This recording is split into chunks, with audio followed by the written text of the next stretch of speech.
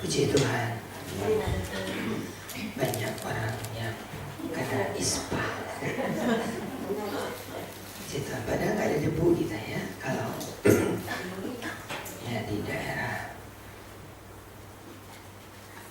Banjarnegara itu banyak sekali sebab banyak yang kena debu. Tapi Tuhan kiranya tolong, mari kita berdoa. Bapa, kami berdoa bagi seberapa banyak kami yang terganggu pernapasan, terganggu dengan batuk, terganggu dengan sakit penyakit. Kami adalah rumah Allah. Dan di dalam rumah Allah tidak ada sakit penyakit.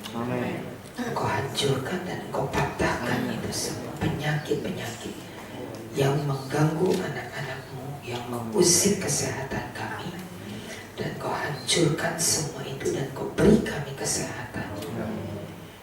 Dan kami percaya bahwa dengan tubuh yang sehat kami akan menyambut Natal, dan kau tidak biarkan kami menjadi orang-orang yang sakit, tapi menjadi orang-orang yang sehat. Terima kasih Tuhan, terima kasih.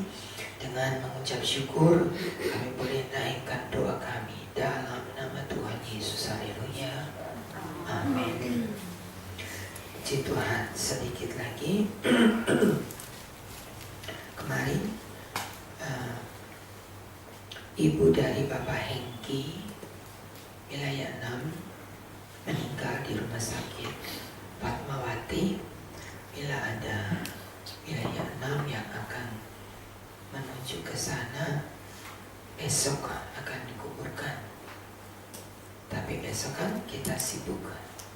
Jadi kalau ada kesempatan, terutama wilayah 6 dapat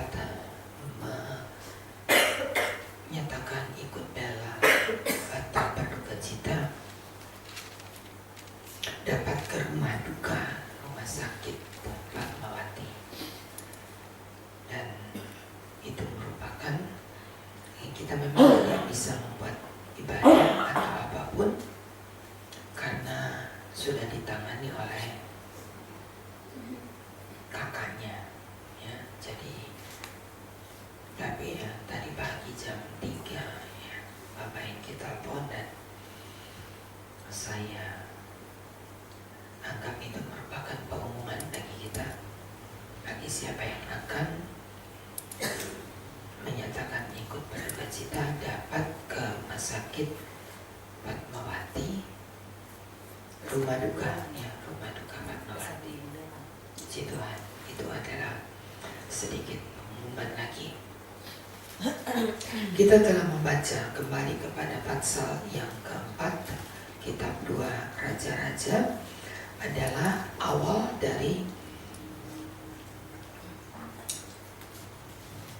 banyaknya pekerjaan-pekerjaan mujizat-mujizat yang dilakukan oleh Elisa. Setelah kita melihat bahwa Elisa adalah orang yang mendapat tongkat estafet dari Elia, setelah Elia dibawa Allah dalam kereta berapi, maka tongkat estafet Elia kepada Elisa yang pertama adalah membelah sungai Yordan. Pasal 2 ayat yang ke-14 merupakan awal daripada mujizat Elisa, hingga rombongan murid-murid Nabi yang di Yeriko melihat, menyaksikan, membuktikan bahwa roh Elia hinggap pada Elisa. Yang diminta oleh Elisa adalah ayat yang ke-8 dan ayat yang ke-9. Biarlah kiranya aku mendapat 2 bagian dari rohmu. Permintaan Elisa, biarlah aku mendapat 2 bagian dari rohmu. Dan Elisa membuktikan bahwa Elisa adalah penerima tongkat estafet kenabian Elia. Lalu kita melihat adanya mujizat berikutnya dengan mengangkat Elisa menjadi nabi pengganti Elia. Kita memperhatikan Allah mengangkat seseorang, membesarkan namanya untuk melaksanakan tugas pekerjaan. Seperti Allah mengangkat Yosua pengganti Musa. Dalam kitab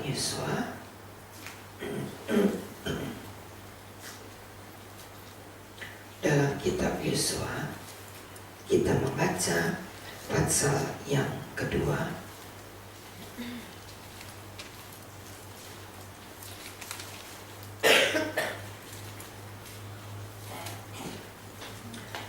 Mulai dengan peristiwa Yeriko, maka pasal yang keempat kita membaca ayat yang ke-14.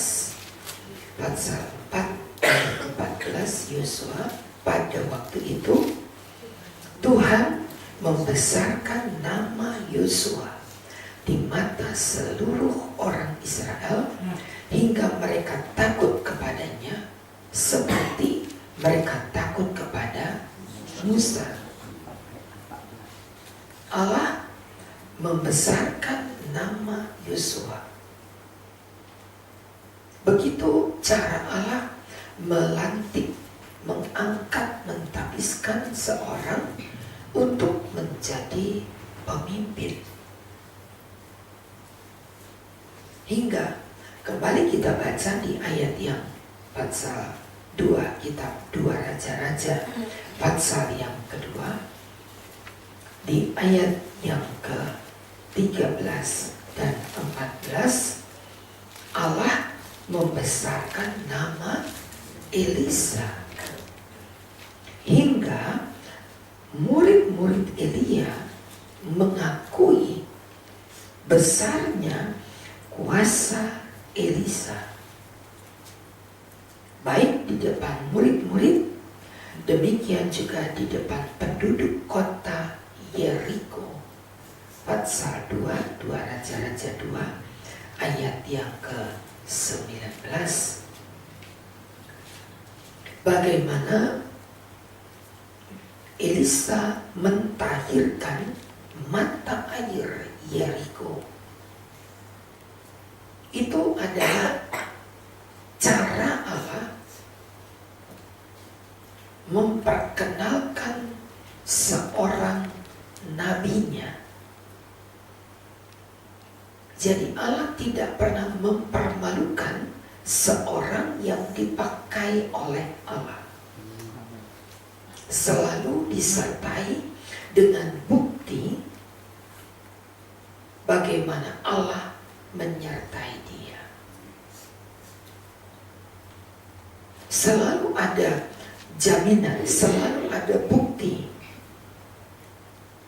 Jadi kita tidak perlu khawatir. Musa berkata kepada Allah ketika diperintahkan untuk menghadap Raja Firaun. Musa berkata, Tuhan, apakah Raja Firaun akan percaya kepadaku bahwa aku ini diutus Allah? Sebenarnya Musa tidak perlu bertanya, karena untuk setiap pekerjaan Allah, Allah punya tanggung jawab untuk membesarkan dia.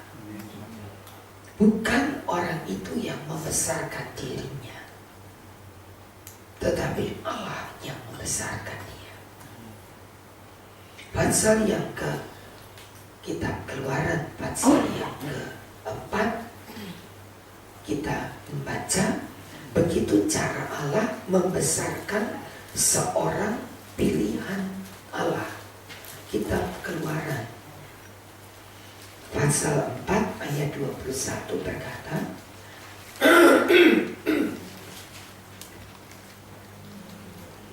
firman Tuhan kepada Musa, pada waktu engkau hendak kembali ke Mesir, lihat segala mujizat yang telah kuserahkan ke dalam tanganmu, kau perbuat di depan Firaun. Jadi tidak perlu seorang khawatir. Nanti kalau dia tidak percaya, bagaimana? Apakah dia yakin, dia percaya aku ini yang diutus oleh Allah? Menjadi kekhawatiran, baik itu kepada orang-orang Israel. Ayat 16 pasal yang ketiga, kitab Keluaran 3 ayat 16. Apakah bangsa Israel percaya bahwa aku yang diutus Allah?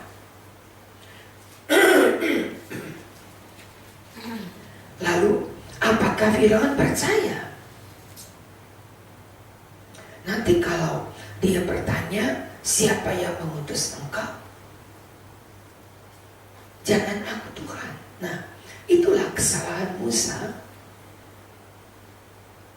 Tidak yakin bahwa Allah sanggup membesarkan namanya, bahwa Allah sanggup membuktikan kepada dunia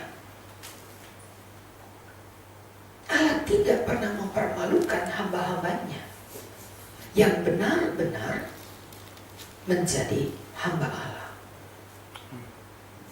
Tidak perlu khawatir, karena Allah selalu menyertai dengan tanda-tanda. Injil Markus pasal 16 pada ayat terakhir berkata, maka Tuhan turut bekerja untuk melakukan tanda-tanda mukjizat. Allah turut bekerja. Kata Allah turut bekerja dibuktikan dengan nama Immanuel. Allah beserta kita. Allah turut bekerja. Jadi tidak ada yang perlu dikhawatirkan, tidak ada yang perlu diragukan. Untuk setiap rencana Allah, Allah selalu punya bukti bahwa Ia sanggup membesarkan nama seorang utusannya. Elisa belum dikenal dan tidak dilantik kemarin kita lihat oleh Elia, tapi Allah yang melantik dia. Allah yang membuat setiap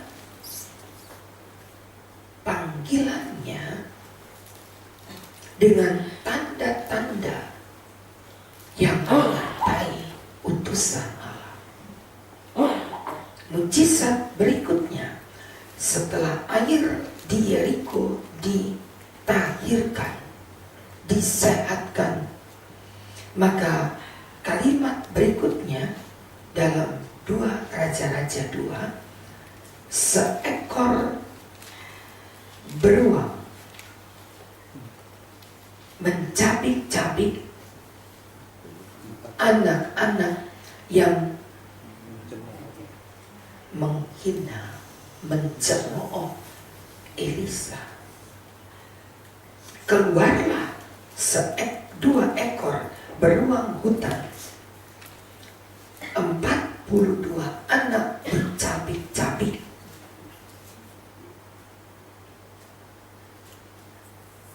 Tidak dibiarkan untuk bukan saja dicemooh, tetapi dibicarakan dengan jahat pun Allah tidak mau.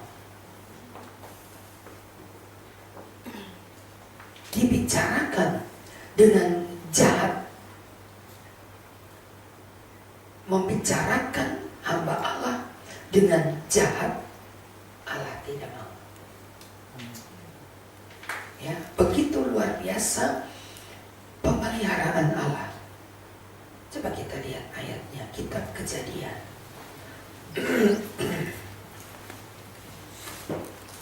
Bagaimana Allah menjaga, bagaimana Allah dengan sangat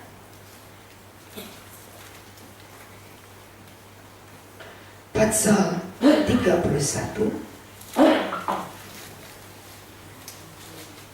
kitab Kejadian 31 ayat 22, 31 ayat 22. Ketika pada hari ketiga dikabarkan kepada Laban bahwa Yakub telah lari, silakan 23.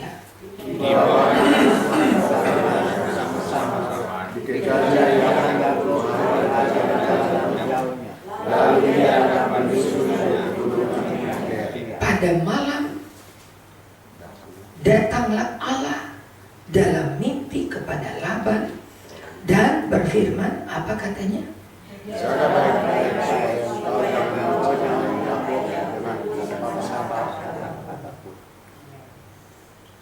Ngomongin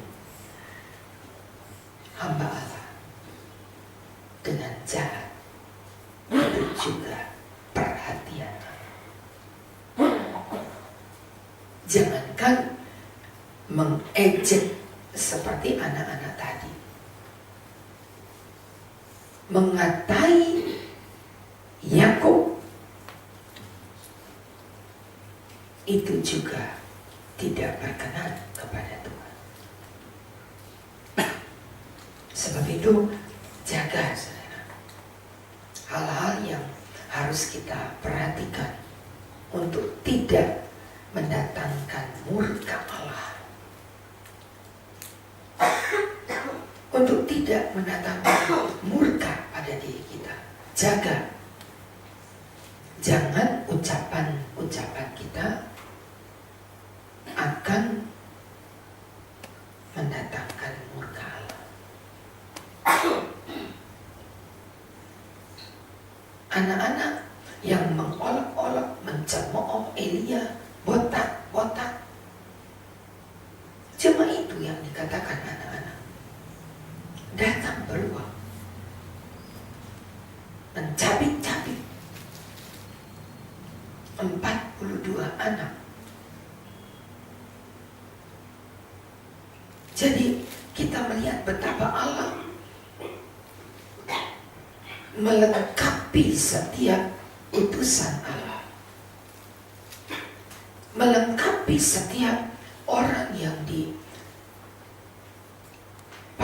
oleh Allah. Itu harus kita jaga. Banyak kali kita tidak memperhatikan hal yang seperti ini, dan dengan mudahnya ucapan-ucapan kita melontarkan kalimat-kalimat yang tidak diberkati. Hati-hati. Seorang hamba Allah itu dilengkapi dengan bukan cuma sekedar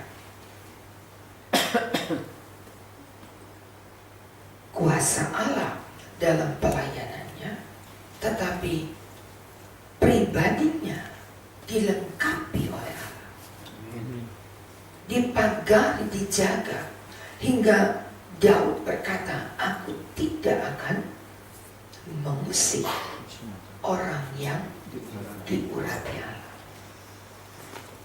Allah sertai dia, Allah besarkan namanya, tapi jangan mengusik Sebab padanya ada urapan Allah. Supaya jangan kita mendatangkan kesalahan pada diri sendiri. Terasa tidak salah. Lalu kita pikir-pikir, salah apa ya saya ya? Salah apa ya? Salah apa ya? Banyak kali kita anggap bukan sebuah kesalahan. Ngomongin, membicarakan. Tetapi kalau hamba Tuhan itu diurapi, hati-hati. Hamba Tuhannya tidak ada apa-apanya. Tetapi urapan Allah itu yang berbahaya untuk kita bicarakan. Hati-hati. Bukan hamba Tuhannya, tapi urapannya. Kalau dia diurapi Allah, kalau tidak diurapi Allah, barangkali ya cuek-cuek saja, tidak apa-apa. Tetapi kalau dia diurapi Allah, bahaya, saudara. Sebab itu jaga baik-baik supaya kita tidak mendatangkan kesalahan. Diri kita dapat